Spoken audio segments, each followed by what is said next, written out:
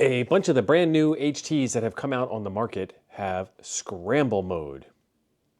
Is this legal? Leave a comment down below, let me know what you think, but we're gonna test it out anyway, and because we are licensed ham radio operators, we have a license to experiment. I'm gonna be transmitting into a dummy load, so I'm not gonna be transmitting over the airwaves very far outside of my building. I'm actually going to demonstrate the scramble mode feature by transmitting across the other side of the living room.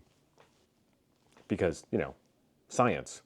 Howdy everybody, Steve here, KM9G. Let's show you the test setup. Okay, so to make this as legal as possible to do the test, this is the new UV17R. You can tell because it has UV17R Plus. You can tell because it has the USB battery hatch on it, and the old UV17R does not. This one has a regular antenna on it, and this one has a dummy load plugged in, so I'm not going to be transmitting very far. So let's take a look at the radio menu. Item 45 is scramble, and there is mode 1, mode 2, mode 3, and that's it. So let's do mode 1. Now we're on scramble mode 1. Okay, this is going to be fun.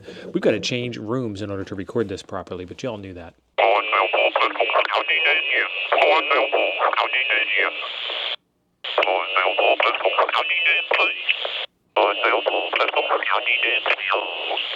KM9G testing scramble mode off.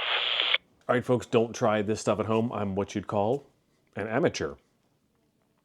So that's what the scramble modes sound like when you transmit them over the air. You will be understood as someone who is scrambling, and direction finding can find you. This sounds like it is just shifting the audio around. It's definitely not any kind of major encryption. It's definitely not a digital mode. It really just sounds like audio shifting. What do you guys think? There's a video right over here I think you'll enjoy next. Thanks for being awesome. I'll see you over there.